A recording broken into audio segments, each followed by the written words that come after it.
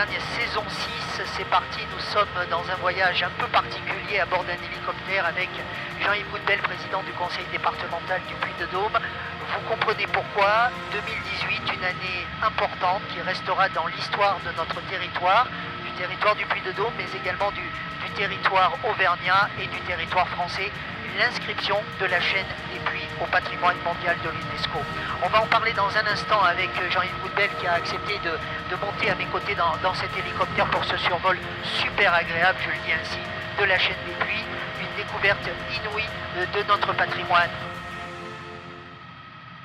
Alors la chaîne des Puys, vous la connaissez bien, Jean-Yves Goudbel, vous l'avez maintes fois regardée, même bien sûr depuis un hélicoptère. Mais tout ça n'a pas été simple. 11 années d'un travail acharné, vous, Eric Gold, et puis une multitude de personnes dans votre équipe. Oui, ça a été un travail de longue haleine. On le savait lorsque j'ai lancé cette idée, je savais que ça demanderait du temps, qu'il faudrait s'armer de patience, avoir le sens du dialogue, et puis surtout, au-delà de l'aspect scientifique qui a été largement nourri par les scientifiques clermontois, il fallait que cette démarche soit appuyée par l'ensemble de la population, par les acteurs économiques, associatifs, les collectivités locales. Et je crois que ça a été une expérience extrêmement riche. Vous avez imaginé plein de petites choses, des photos, on se faisait prendre les uns les autres, on se prenait en photo avec des écharpes un peu partout dans le monde, histoire de dire, la chaîne des Puys, elle existe, c'est dans le Puy-de-Dôme, c'est en Auvergne. C'est vrai que la démarche des voyageurs, qui sont devenus de véritables ambassadeurs de notre candidature, s'est faite aux quatre coins du monde pour montrer que déjà il y a cette envie de la rendre universelle.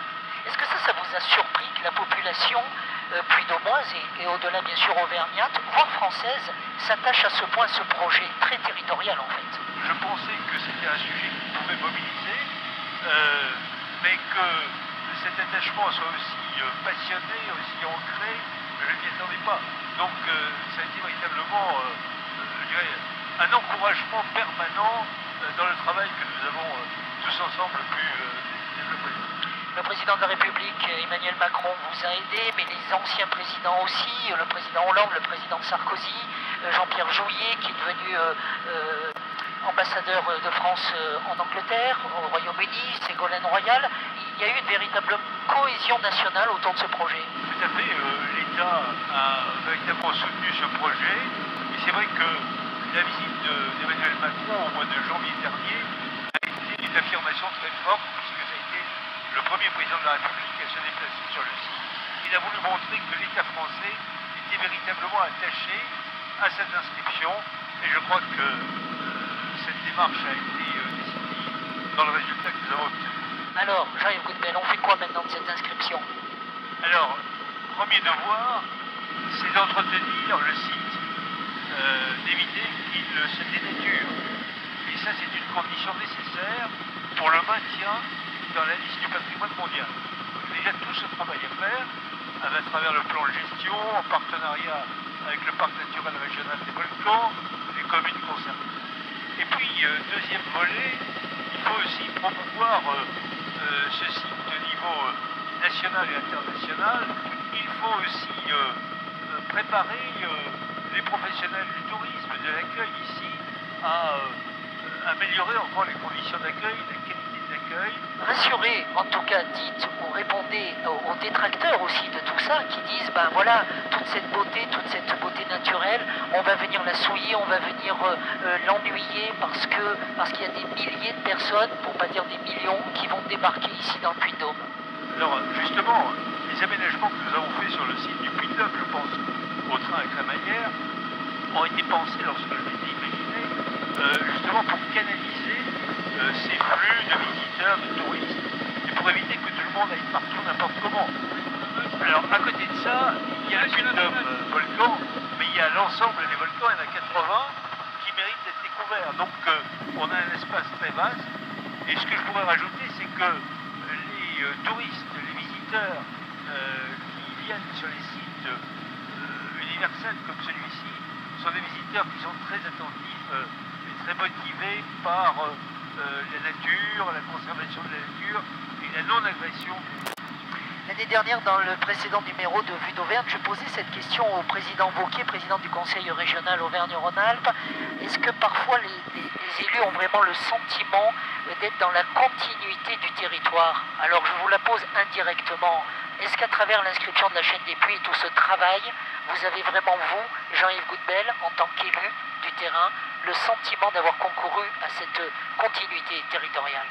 Oui, tout à fait, parce que la chaîne des puits elle a ses limites géographiques, mais en même temps, le rayonnement de la chaîne des puits se fait au profit de tout un espace. Et de cette continuité territoriale, bien au-delà du Puy-de-Dôme, au-delà de la région Auvergne proprement dit, sur l'ensemble du Massif central, et sur la France, puisque c'est pour l'instant le seul bien naturel sur l'Hexagone inscrit au patrimoine mondial. Merci Jean-Yves Goudbel d'avoir pris du temps avec nous aujourd'hui pour ce merveilleux survol de la chaîne des puits. On va partir dans 4 autres territoires de notre région Auvergne et Bourbonnaise. Nous allons partir du côté d'Aurillac dans le Cantal, du côté du Puy-en-Velay en Haute-Loire, du côté d'Entraigues, on va revenir dans le Puy-de-Dôme et puis nous irons également dans le Bourbonnais à Charroux avec 4 figures remarquables qui œuvrent pour le patrimoine de notre très belle région. Vue d'Auvergne, saison 6, c'est parti.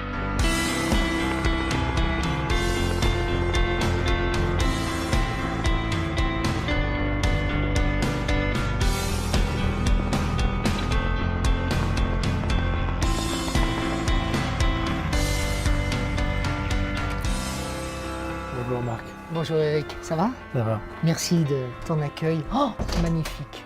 C'est superbe. J'avais vu les images, tu me les avais montrées, mais c'est vraiment superbe. Et alors, c'est d'autant plus impressionnant que c'est bien une étable ici. Oui, c'est une étable un peu modifiée, mais on a passé des bêtes aux humains. On va reprendre les choses dans l'ordre.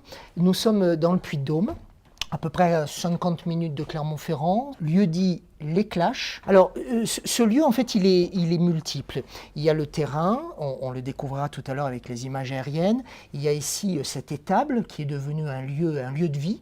Et puis, il y a une demeure que tu connais un peu plus parce qu'elle était à toi, en tout cas à tes parents. Oui, c'est ça. C'était en fait une maison que mon père a sauvée, on peut le dire. Parce que quand il l'a rachetée à l'époque, il y avait un arbre dedans.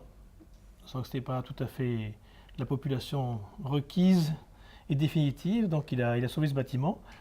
Et puis quand il n'a plus pu s'en servir et en profiter pour des raisons de santé, il a décidé de la vendre. Et à ce moment-là, j'ai eu l'idée, peut-être bizarre, de la racheter en pensant en faire simplement une résidence secondaire, une zone de campagne.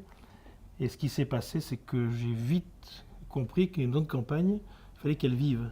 Et c'était pas avec ma présence, ça pouvait suffire. Donc on l'a transformé en gîte assez rapidement. Et compte tenu du potentiel de la région et de ce que je crois être notre territoire, on s'est positionné tout de suite sur un segment un petit peu différent au niveau qualitatif pour être dans des référencements en 5 étoiles, 5 épis ou 5 clés.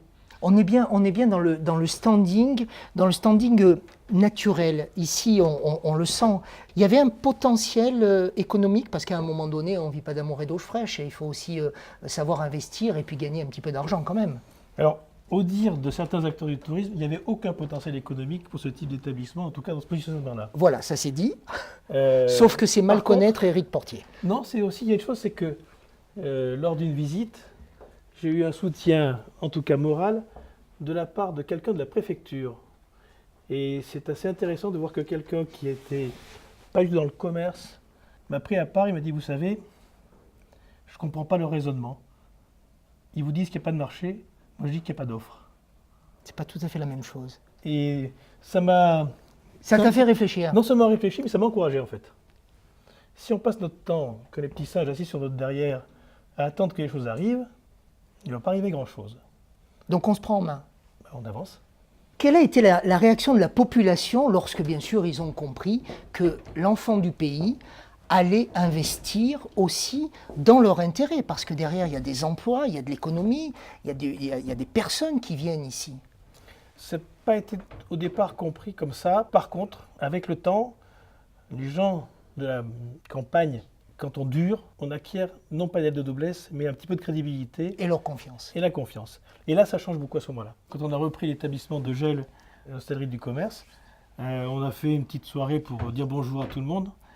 Et quand je suis arrivé, il y avait un bouquet sur une des tables.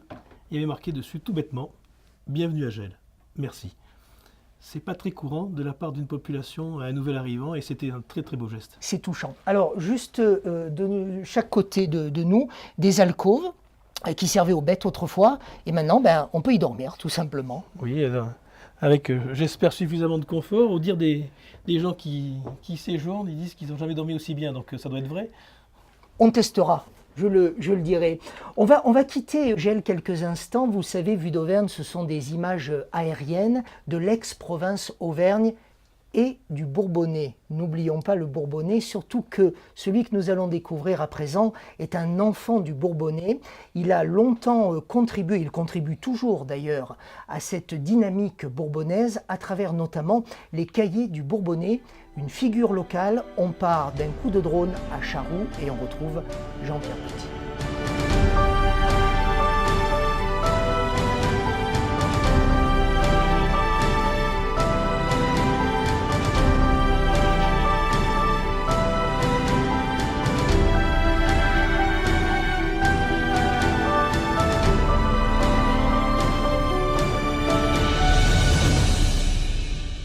Nos petits-enfants seront la 7e génération à vivre à Charroux. Donc c'est notre terre, nous y tenons. Je me suis très tôt émerveillé de ce pays où habitaient mes grands-parents. Et donc il a fallu la mort prématurée de mon père, très jeune, pour que j'aie un besoin terrible de retrouver mes racines. J'étais né à Montmarault, où mon père était médecin, et il était fils unique. Et j'ai voulu à tout prix retrouver mes racines et venir à Charroux. Et donc, Charroux était un village complètement abandonné, dans un état triste, qu'il n'y avait que ruines partout. Et quand j'ai fait visiter Charroux à la jeune fille que je fréquentais à l'époque, qui est devenue mon épouse, je lui ai fait visiter Charroux la nuit, au phare de la voiture, car je me suis dit, si elle voit Charroux dans cet état, elle va prendre ses jambes à son cou et elle va fuir. Elle n'a pas fui, je lui ai refait visiter de jour. Et je lui ai montré la maison que j'avais achetée ici et où je voulais bâtir notre nid. C'est ce que nous avons fait sur une douzaine d'années. Il y a des jeunes et des personnes de l'extérieur qui sont tombés amoureux de Charroux et qui ont retapé à droite, à gauche des maisons. Le tourisme est arrivé un petit peu, c'est le troisième âge qui a ouvert la brèche en venant par quart complet. Alors il nous arrive d'avoir 3 quarts qui débarquent à Charroux.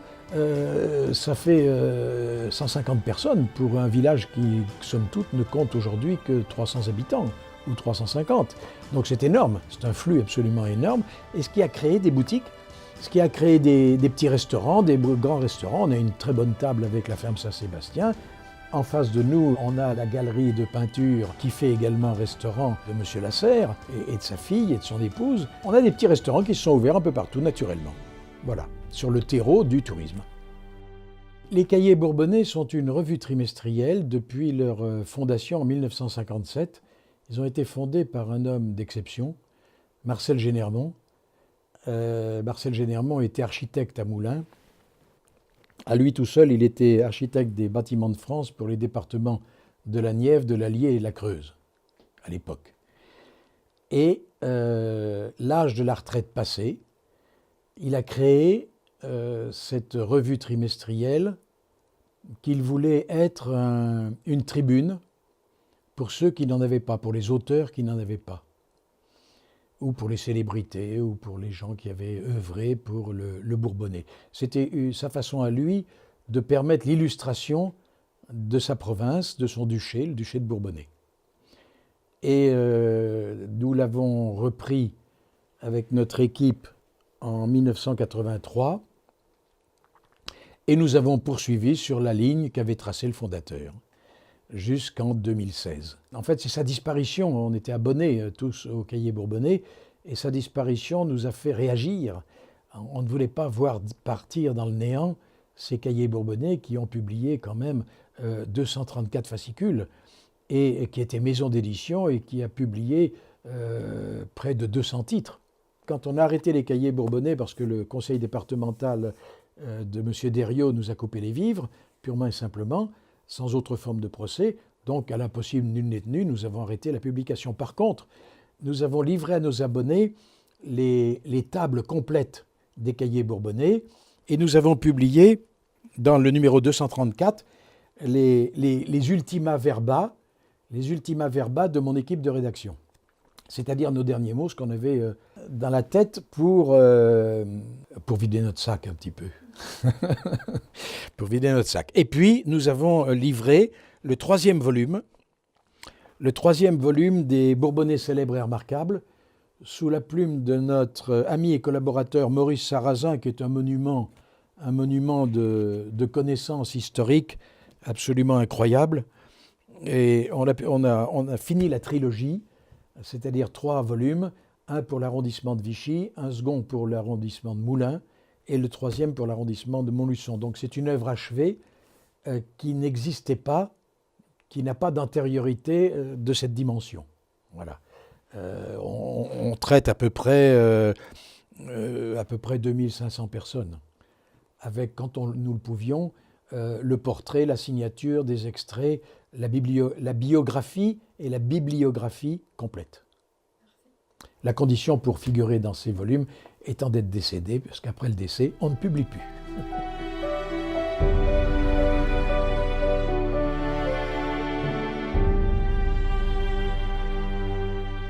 Donc là, Éric, c'est la fameuse maison dont vous parliez, dans laquelle il y avait l'arbre. C'est celle-ci. Exactement, oui. Au milieu de la maison. Oui.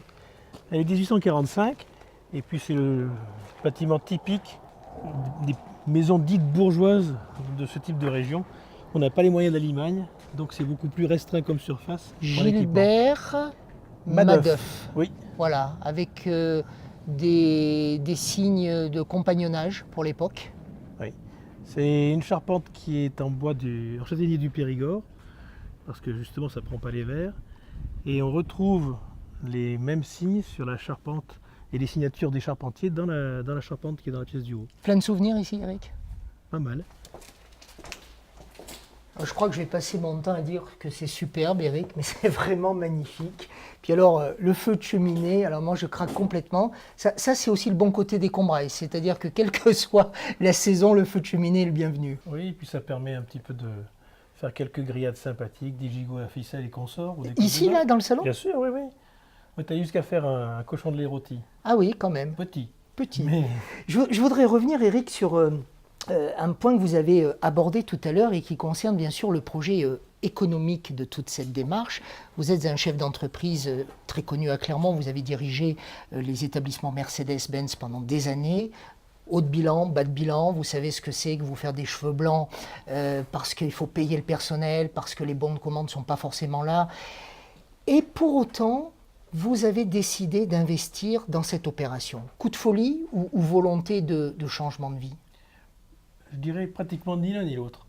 Je pense que quand on vit sur un territoire, qu'on vit grâce à un territoire, il faut lui rendre un peu ce qu'il nous a donné. Le monde agricole le fait.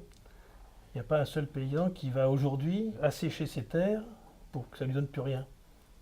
Tôt ou tard, il les amendera. Et ma forme d'amendement du territoire, c'est de redistribuer indirectement au territoire ce qu'il m'a donné. En tout cas, ce qui m'a permis d'acquérir. Et si on ne fait pas ça, je ne sais pas à quoi sert le monde économique. Vous êtes en train de nous dire en fait que, allez, il faut dire les choses, celui qui a réussi, vous en faites partie. À un moment donné, il doit aussi savoir rendre ce que le territoire lui a donné, ce que l'économie lui a donné. Donc on est tous quelque part acteurs de l'économie d'un territoire? Oui, non seulement on est acteur, mais je pense que c'est une sorte de don. Le don, ce n'est pas forcément quelque chose qui est gratuit. Et pour donner, il faut avoir eu. On ne donne pas ce qu'on n'a pas. Et quand un territoire donne, il donne sa nature, il donne sa population, il donne sa force, il donne son énergie. En tant qu'entrepreneur, on donne aussi beaucoup. Et tous ces dons-là, il ne faut pas que ça se perde. Ça ne veut pas s'évaporer. On va regarder ce que donne le paysage ici, parce que c'est également magnifique. Regardez-moi cette terrasse. Alors là, c'est fantastique. J'ai même envie de dire, Éric, que c'est totalement magique. La nature s'offre à nous.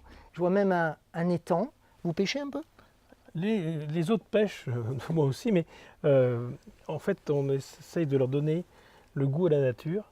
On en poissonne avec des poissons bio. C'est important que lorsqu'ils auront pêché un poisson, il soit gustativement aussi de bonne qualité. Ce lieu de bien-être, de ressourcement me fait penser justement à la particularité, aux valeurs que partage notre prochaine invitée, Jessica Pommier. Jessica Pommier a passé une grande partie de sa vie en Auvergne. Elle est partie ensuite à Paris, à Disneyland. Elle a découvert d'autres valeurs et puis un jour elle en a eu marre. Elle a tout plaqué, elle a décidé de faire le tour du monde avec tout simplement son smartphone, sa caméra, sauf qu'elle adore revenir ici dans le Puy-de-Dôme. Et pour Vue d'Auvergne, elle nous a présenté une cascade du côté d'Église-Neuve d'Entraigues. On retrouve Jessica Pommier.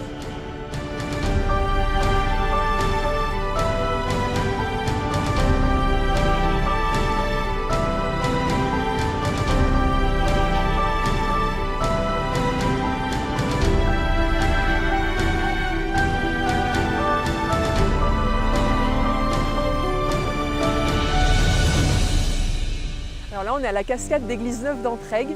C'est une de mes cascades préférées en Auvergne. Moi, je suis très cascade, très rivière. J'adore venir me ressourcer dans ce genre de lieu quand je suis en Auvergne, quand je rentre de voyage. Et celle-ci, elle est un peu magique, je trouve, parce qu'il y a ce cirque-là. Et en fait, souvent, je viens m'y baigner. C'est un endroit où il y a peu de monde. Là, vous voyez, on est en plein été et en fait, on est tout seul. Ça fait partie des cascades qui sont un petit peu cachées et qui moi, me parlent. Alors, c'est vrai qu'il y a le bruit de l'eau. Mais en fait, c'est la nature, quoi. J'ai l'impression qu'en fait, les cascades, elles sont vraiment chargées en puissance. Généralement, le bruit de l'eau, c'est quelque chose, moi, qui m'apaise. Que ce soit le bruit de la rivière ou le bruit du cascade, c'est encore plus puissant. Et ça, c'est un bruit, moi, qui me parle, en fait, qui me plaît, qui est très différent du bruit des villes. Et j'ai besoin, malgré tout, de sentir que la nature, elle est vivante. Pour moi, l'eau, c'est simplement un élément qui me parle. J'ai toujours aimé nager, je suis bien dans l'eau. Je pratique la plongée sous-marine quand je suis dans des endroits plutôt paradisiaques dans le monde. Et pour autant, j'aime les eaux chaudes, les eaux tropicales, mais j'aime autant les eaux glaciales qu'on a dans notre région et dans nos montagnes. Donc j'aime à la fois plonger dans des eaux tropicales et aussi bien à venir prendre des bains à moitié nus dans ce genre de cascade qui est glaciale. C'est simplement, je pense qu'à un moment donné, c'est un élément dans lequel je me sens bien. C'est pas mon monde. D'ailleurs, quand on fait de la plongée sous-marine, on est vraiment juste spectateur. On arrive, on parle pas, on est là pour observer les poissons sous l'eau. Et finalement, j'arrive à retrouver ça quand je viens dans ce genre de lieu, même si on est à des années-lumière de ce que je peux voir des fois au bout du monde. Malgré tout, l'eau, c'est pas notre élément et moi, je m'y sens bien.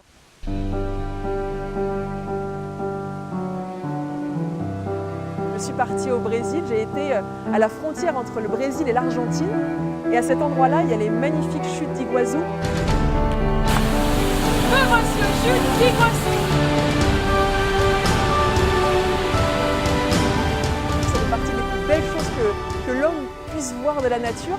C'est plus de 1000 cascades qui sont réparties sur des dizaines de kilomètres. Et là, on sent vraiment toute la puissance de cette Pachamama. En fait, la Pachamama, c'est la terre-mère, comme ils l'appellent en Amérique du Sud. C'était un rêve pour moi d'aller voir ces chutes-là. Et j'ai vraiment pas été déçue, pourtant j'avais vu cet endroit 1000 fois en photo.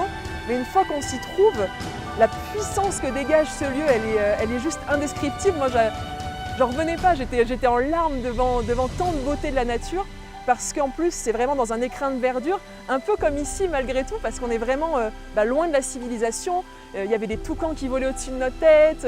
Il y a ce bruit qui est puissant justement, et on a l'impression d'être dans les entrailles de la terre presque. Et c'est vrai que ça a été un moment très très fort d'aller voir ces chutes d'Iguazu. Il y a toute une famille de coati.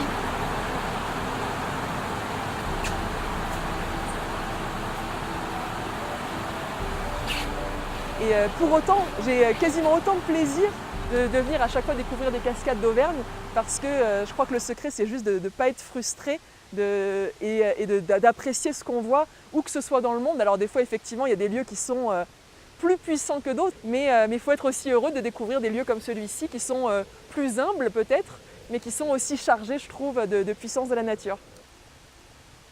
Quand je suis arrivée en Nouvelle-Zélande, beaucoup de personnes autour de moi disaient « Ah là là, les paysages de Nouvelle-Zélande sont incroyables !» Et c'est vrai que c'est fabuleux. Mais en fait, j'avais quand même un peu la sensation d'être en Auvergne, parce qu'on a cette verdure, parce qu'on a ces collines qui sont un peu arrondies, on a des cascades et des rivières partout. Alors c'est vrai, elles sont plutôt turquoises, et il y a des otaries qui sont dans les cascades, mais malgré tout, moi ça me faisait vraiment beaucoup penser à l'Auvergne, et j'ai beaucoup aimé ce petit clin d'œil que m'a offert la Nouvelle-Zélande à des kilomètres et des kilomètres de chez moi. Pour moi, c'est toujours un grand bonheur de revenir, Souvent on me demande alors c'est pas trop dur le retour ou alors t'es pas trop dégoûté d'être rentré. Et moi je suis jamais dégoûtée d'être rentrée, loin de là, je suis très heureuse d'être en Auvergne. Je suis très fière de ma région. Et d'ailleurs voilà, on est inscrit au patrimoine mondial de l'UNESCO récemment et honnêtement je trouve que c'est mérité parce qu'on a vraiment, pour moi l'Auvergne c'était vraiment un des trésors, un des secrets les mieux gardés de France. Et je suis contente aujourd'hui que les gens puissent le découvrir aussi. Mais non, c'est toujours un bonheur immense de revenir en Auvergne parce qu'on a cette nature qui est accessible et dans laquelle moi je me sens bien.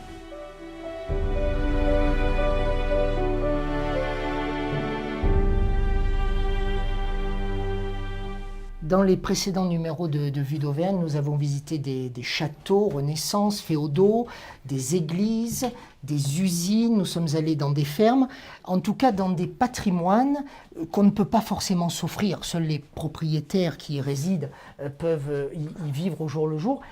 Ici, c'est très différent, Eric. Vous avez voulu que ce lieu, on puisse se l'offrir pour un week-end, pour une semaine, un mois, un an, ça serait bien pour vos affaires. Et c'était quelque chose de fondamental pour vous. Oui, c'est fondamental parce qu'un bâtiment, il a besoin de vivre et il ne vit pas tout seul sans vibration humaine. On va voir quelque chose d'exceptionnel dans cette maison, c'est le grenier. Alors là, c'est la cerise sur le gâteau. On va d'abord gravir les marches et puis vous allez nous expliquer ce que vous avez voulu en imaginant cette pièce, atmosphère totalement cocooning. L'idée, c'est de pouvoir faire profiter de ce travail fantastique des charpentiers de l'époque, parce qu'on retrouve dans pas mal de bâtiments, c'est plus ou moins en bon état, et là on a essayé de le ressortir et d'en profiter plutôt que de le cacher. C'est un travail entièrement chevillé avec du bois, il n'y a pas de métal, donc pas de bruit à la construction. Il y a un vrai savoir-faire des anciens, un véritable savoir-faire. À propos de savoir-faire, vous savez jouer à ça, vous, Eric ? C'est un vieux jeu. Et ça, surtout, ça existait beaucoup dans les foires autrefois, ce qu'on appelle le billard russe. Ça permettait de gagner un petit peu de sous puisqu'il y a un monnayeur. Alors, on joue comment ? Moi, je sais jouer un peu au billard, mais le billard russe, je ne sais pas jouer. Le but, c'est de marquer des points tout bêtement. On prend une blanche, là, comme ça ? Bon, si je réussis, je fais le lancement, sinon, on avise. Eh bien, je vais quand même faire le lancement. On va partir du côté de Haute-Loire, rencontrer Hugues Hortefeux. C'est un homme comme vous qui aime la pierre taillée, la pierre brute. Il nous amène justement nous parler des pierres et de la manière dont il se ressource sur un énorme caillou qui est au-dessus d'une montagne, du côté de la Haute-Loire.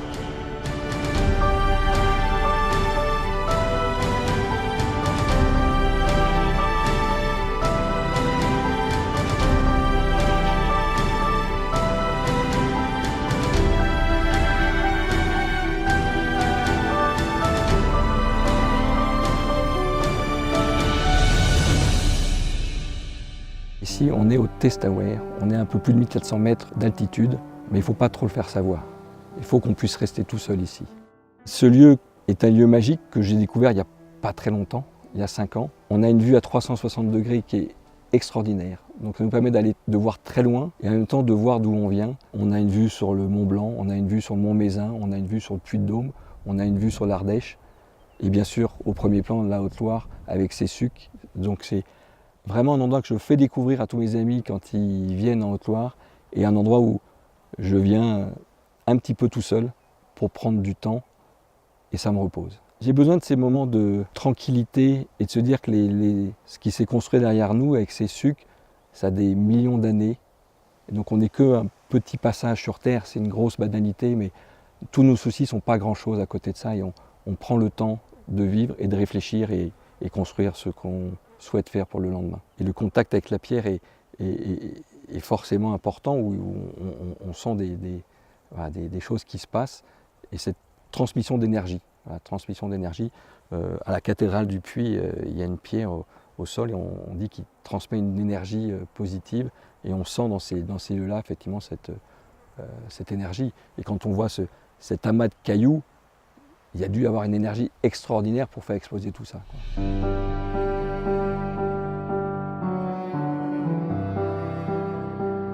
Le choix de Peretti, ça s'est fait par une rencontre humaine, comme souvent avec moi.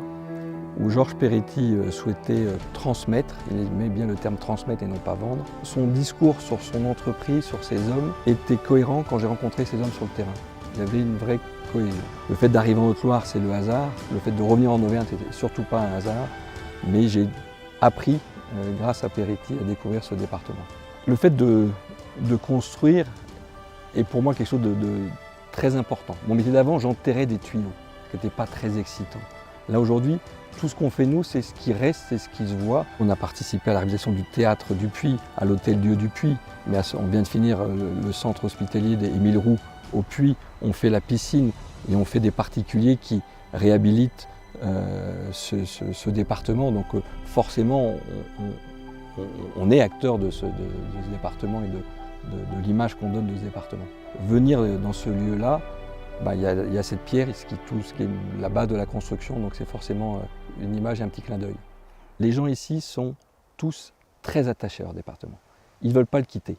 C'est comme ça qu'il y a autant de petites PME, de personnes qui font l'image et l'histoire de la Haute-Loire. La CCI organise tous les ans le trophée PME. Je découvre des petites boîtes extraordinaires. Mais on a des images comme Régis Marcon et ses frères et sœurs qui ont développé Saint-Bonnet-le-Froid de façon extraordinaire, mais pas uniquement autour de leur nom, mais tout ce qui est à côté. On a des petites entreprises. J'ai découvert une petite entreprise de 10 personnes qui exportent dans le monde entier les tétines pour animaux. C'est fabuleux parce que les gens ne veulent pas partir d'ici. Aujourd'hui, avec tout ce qui devient plus grand, cette région, le numérique qui nous fait qu'on va de plus en plus vite, on a tous besoin de revenir à nos racines et dans ce département de 210 000 habitants, on est tous hyper attachés.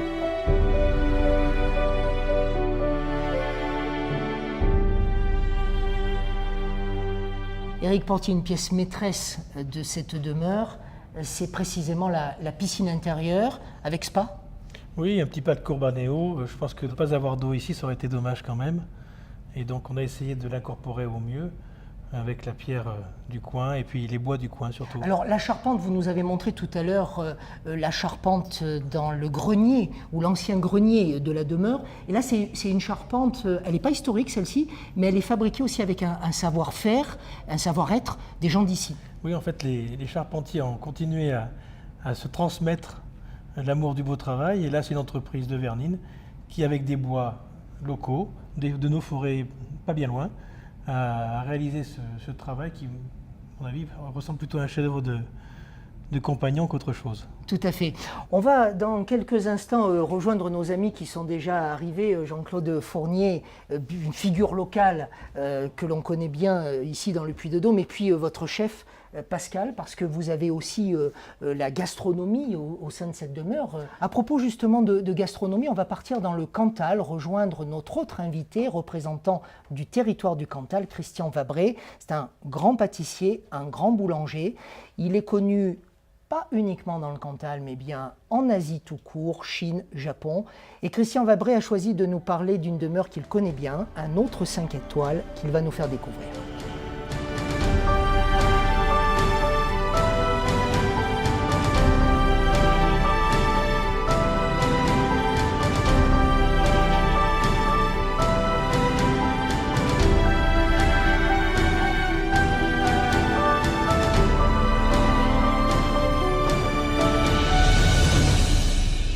C'est un lieu magique, d'abord parce qu'il est un tout petit peu reculé, on est à 10 km d'Aurillac, donc on est un peu finalement à côté de la grande ville.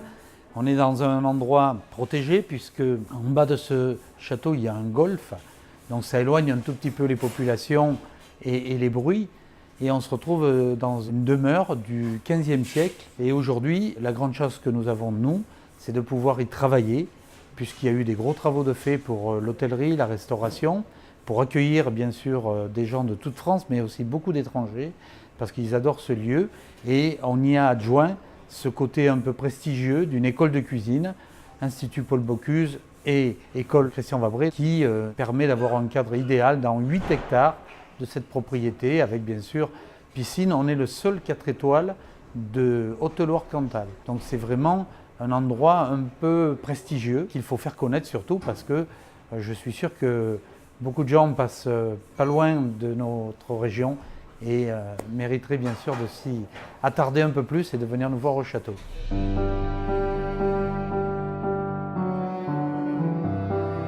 gens passionnés, c'est des gens qui sont des fois un peu dans l'irréel.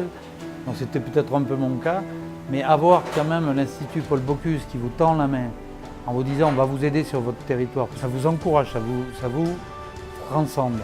Et à partir de là, il y a aussi un peu d'honneur quand on est auvergnat ou cantalien, de défendre son territoire. Et quand vous êtes bien sûr à l'Institut Paul Bocuse et que vous êtes dans un château, vous avez envie de dire, ben, nous aussi on a des châteaux en Auvergne, on en a même des très beaux. Et j'ai eu l'opportunité d'être au château de Salles aujourd'hui, où le prestige se mélangeant à la passion, effectivement, vous entraîne dans des fois des considérations, on va dire, un peu exceptionnelles, qui en font aussi le succès. Parce qu'aujourd'hui, si nous avons la chance de doubler le nombre d'élèves en cuisine, et si nous avons beaucoup de visiteurs qui viennent voir non seulement la cuisine du château, mais aussi cet environnement exceptionnel, nous en sommes très fiers et je pense que c'est un peu de la folie, mais de la réalité à quelque part, parce qu'on est sûr de notre produit. Moi, je suis né au-dessus du pétrin. C'est-à-dire, mon père travaillait en dessous, moi je suis né au-dessus.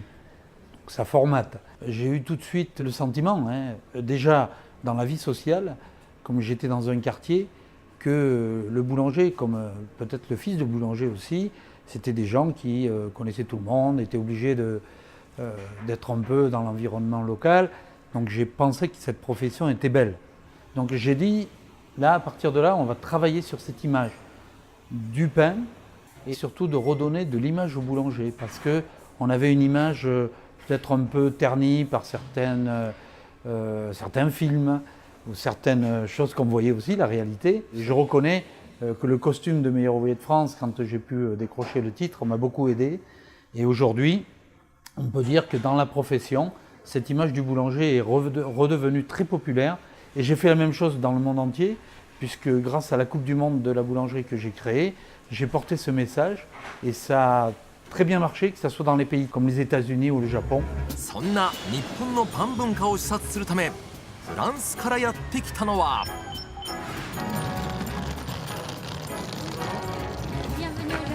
Merci, Christian Vavray. パン職人、クリスチャン・バブレさん。Quand il y a 10 ans, je suis arrivé au Chili, ils mangeaient beaucoup de pain, c'est des gros consommateurs, mais ils ne l'avaient pas encore mis en valeur. Et le fait d'avoir monté une chaîne de boulangerie française a beaucoup contribué au développement de la boulangerie chilienne et même, je peux dire, de toute l'Amérique du Sud.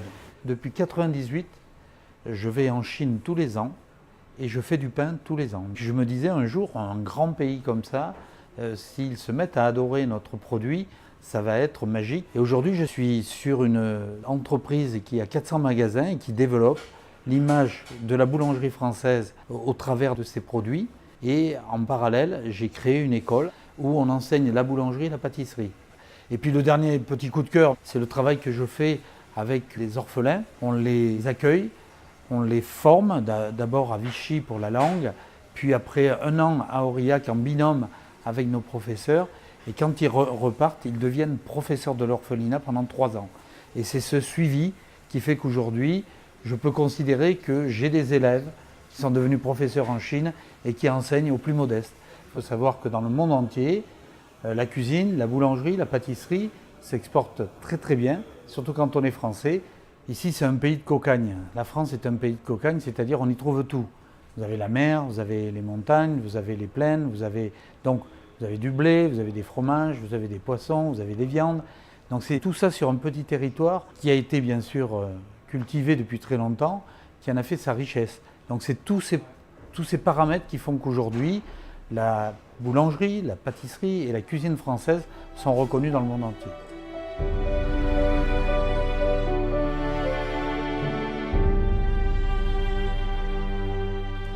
Merci Jean-Claude Fournier d'être avec nous. Ce territoire, vous le connaissez bien, vous êtes maire de cette commune, la commune de Prondines.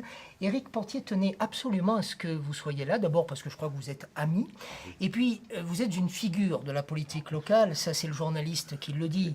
On vous connaît Jean-Claude. Mais ce qui est important, et je crois que c'est pour ça qu'Éric vous a invité, pour lui, l'investissement, il est important aussi parce que vous, les hommes politiques, vous faites des choses pour le territoire, mais vous ne pouvez pas les faire tout seul. À un moment donné, il y a aussi des personnes comme Éric, comme Pascal, qui habite ici, qui vit ici, qui restent sur ces territoires. Et ça, c'est important. Premièrement, j'étais très content de voir arriver Eric. Je l'ai vu petit, Eric, moi, vous comprenez. Et de voir qu'il continue de cette façon-là, quand il a acheté, qu'il a rénové la maison, la piscine, l'intérieur, vous savez, piscine couverte, piscine intérieure, piscine extérieure. Il y a un sauna aussi. Imaginez le travail qu'il y a eu dans cette étable. Quand il a acheté cette étable, j'ai dit, mais il va se planter quelque part. Eh bien non, monsieur. Imaginez d'avoir une entreprise comme ça ici, dans une commune qui a 262 habitants. Des agriculteurs en majorité, des anciens, il y a des petites fermes. Eh ben, je souhaite et je soutiendrai toujours ce tel projet. On vous sent ému, Jean-Claude. C'est presque comme si vous disiez à travers cette émotion, merci Eric. Ah oui, je dis véritablement merci Eric. Est-ce que vous vous rendez compte du bonheur qu'on peut avoir ici? Et que les gens viennent, il emploie du monde, il a un restaurateur superbe qui vient de Gênes et qui fait les repas. Mais c'est du tonnerre, quoi. Pour moi, c'est quelque chose d'exceptionnel. Ça veut dire que quand on veut, on peut faire quelque chose sur un territoire? Oui, mais avec l'aide d'entrepreneurs qui... Il faut vouloir le faire, hein, ce qu'il a fait. Il faut que quelqu'un puisse s'immiscer, venir à l'Éclache, imaginer, et faire un gîte 5 étoiles ici, avec un restaurateur de talent à côté. Moi, c'est terrible, mon bon, et je l'aiderai encore. Et je me félicite, je peux vous dire, d'avoir un homme comme ça ici, qui emploie du monde. Voilà. Une dernière question, Jean-Claude Fournier. Comment la population a-t-elle réagi? Eh bien, au départ, bon... Je ne dirais pas ce que je commence tout à l'heure. Le conseil municipal, bon, premièrement, il y a le conseil municipal. Eric Portier, on sait qu'ils savent qu'Eric Portier est connu, il a de l'argent, donc il investit. Mais il y en a qui me disaient au conseil municipal, tu ne crois pas qu'il va un peu loin? Ben non, quand il me demande un chemin, il a fallu le faire accepter, mais c'était, vous savez, c'est une, comment dirais-je, la tradition ici, c'est qu'on ne vende pas le patrimoine à des particuliers, c'est-à-dire on ne le galvaude pas, le patrimoine. Voilà. Donc ça s'est fait. Il trouvait que l'autre côté, c'était pas beau, l'autre côté de la route. Donc il y avait une parcelle qui appartenait à la commune. Bon, paf. Dessinateur des paysages, Eric. Et là maintenant, l'ail des ours. Alors il me demande encore 25 ou 30 arts de la commune pour faire de l'ail des ours. Eh bien, on va le satisfaire. Et s'il a encore besoin de quoi que ce soit, oui, nous serons présents. C'est dit. Pascal, j'aimerais bien qu'on boive un coup pour sceller justement cette parole. Merci Jean-Claude. Merci d'être venu à ce beau projet. Et à Prandine. Oui. Vous savez, il embellit quand même la commune de Prandine. Et oui. La communauté de communes réunit 36 communes. Prandine est une de ces communes. L'Éclache est un village de Prandine dans lequel ce très beau projet d'accueil touristique haut de gamme a été développé. Nous travaillons, nous, sur notre territoire pour le renforcement de l'attractivité du territoire, pour le maintien des services. Il y a beaucoup de projets qui ont été menés à bien pour la partie enfance-jeunesse, pour la partie attractivité du territoire avec la création de maisons de santé. Et suite à tous ces développements d'activités pour le maintien des personnes sur ce territoire, on a également souhaité travailler sur le renforcement de l'attractivité touristique. Et on a eu la chance d'avoir Eric, qui était à la fois un porteur de projet extérieur, mais aussi quelqu'un de très attaché à ce territoire, puisqu'il le connaissait parfaitement bien.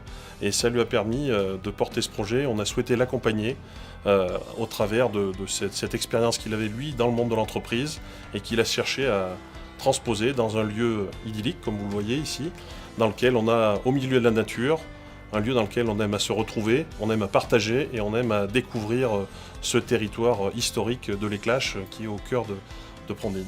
Eric, le jour où il m'a rencontré pour me dire qu'il allait reprendre ce restaurant à Gênes qui était fermé maintenant, je pense, depuis 4 ou 5 ans, j'étais très fier et très touché de savoir que quelqu'un allait reprendre. Il m'a expliqué un peu ce qu'il voulait faire dans ce restaurant. Et le jour de l'inauguration, les habitants de Gênes lui ont offert un bouquet de fleurs pour le récompenser pour enfin quelqu'un qui arrive à reprendre ce super hôtel-restaurant. Voilà, c'est des gens comme Eric qui permettent de faire fructifier tous ces commerces et tout, et on en est très fiers. Ça démontre que lorsqu'on a la volonté de faire vivre un territoire, lorsqu'on a un projet de territoire, le déclin s'estompe complètement, et c'est au contraire la promotion du territoire. Et c'est tout le défi, enfin en tout cas un des défis que nous avons voulu relever en inscrivant au patrimoine mondial la chaîne des Puits. Attirer une clientèle étrangère, de l'accueil de qualité pour une gamme de visiteurs qui va être largement élargie et qu'il faut essayer de tirer le plus possible vers le haut. Les Combrailles, je pense, ont une destination touristique intéressante. On pourrait y développer des produits, en particulier je pense aux produits pêche, avec les étangs, avec les rivières. C'est en tout cas un des objectifs que je me suis fixé pour les 3 années qui viennent au conseil départemental. Regardez bien, ils sont tous là. On a réussi l'exploit avec Éric de tous les réunir.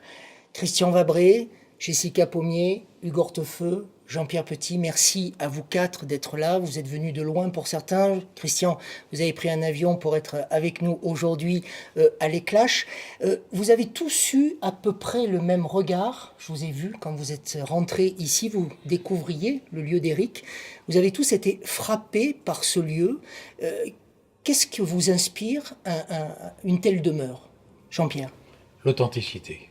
C'est un endroit tout à fait sain, agréable, calme, et où l'on aimerait venir se reposer, reprendre des forces. C'est peut-être une date qui va être prise. Jessica, vous qui voyagez dans le monde entier, un tel lieu, ça vous permet de vous poser? Oui, et puis ça respire le vrai, moi je trouve. Parce que quand on est ici, il n'y a pas vraiment de faux semblants. Il n'y a que la nature qui est autour. On a l'impression qu'on va revenir à des vraies valeurs. On arrive, il y a le feu qui est allumé. Il y a beaucoup de matériaux plutôt nobles, je trouve, la pierre, le bois. Et moi, je me sens tout de suite bien dans un environnement comme celui-ci. Parce que voilà, c'est très très bien fait, c'est très agréable. Et on est au cœur de la nature. Hugues? Bien sûr, le lieu est important. Parce qu'on n'a que des matériaux naturels, une vue extraordinaire. Mais le lieu n'est rien sans l'homme. Et je trouve que c'est vraiment ce binôme qui était là, cette complicité avec ta fille Claire, qui est fabuleuse. Et ce changement de vie, de dire à un moment donné, on arrête une vie un peu très différente, et d'aller vers des parcours comme ça, de prendre le pari d'être ici, puisqu'on est quand même un peu loin de tout, a priori. Mais c'est fabuleux, quoi. Christian? Alors moi, ça me rappelle ma jeunesse. Les vacances, les endroits où on allait donc plutôt en famille, et se retrouver dans les étables avec le foin au-dessus, tout ça c'est ce qui m'est revenu tout de suite à l'esprit.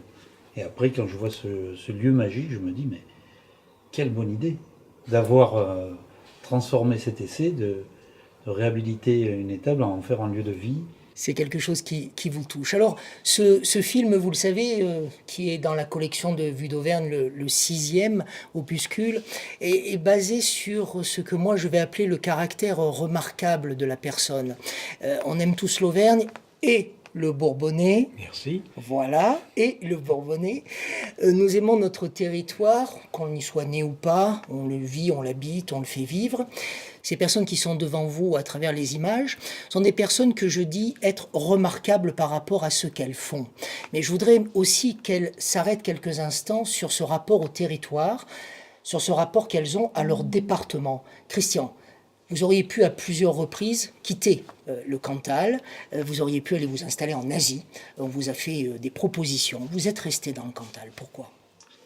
Alors je suis très attaché à mon département pour des raisons au départ plutôt familiales et puis sentimentales parce que je m'y sens bien, c'est-à-dire quand je reviens, c'est un peu comme ici finalement, on se sent accueilli, on se sent à l'aise. Alors qu'ailleurs, on se sent toujours un tout petit peu étranger, même si on s'habitue. Et c'est un peu cette dimension qui m'a fait m'accrocher. Et j'ai décidé, depuis très jeune, d'avoir cet ancrage vraiment départemental. Et puis d'aller faire mon petit tour de temps en temps, m'aérer, voir, et même entreprendre. Et puis l'idée aussi d'amener des gens qu'on va chercher, pour les ramener dans nos terres, pour leur faire apprécier ces lieux magiques, ces paysages fantastiques. Je suis sûr que vous faites la même chose, Jean-Pierre. Vous oui, ramenez au Bourbonnais. Oui, nous habitons une région qui a besoin de sang neuf. Et je trouve très bonne idée d'amener des gens chez nous et leur faire découvrir nos merveilles. C'est la notion d'identité, c'est la notion d'authenticité. Et cette ambiance familiale, Éric, on vous remercie de l'avoir recréé ici. Et je dois dire que l'hôtesse, votre fille, m'a particulièrement séduit par son dynamisme et une foi à soulever les montagnes, voire même des volcans.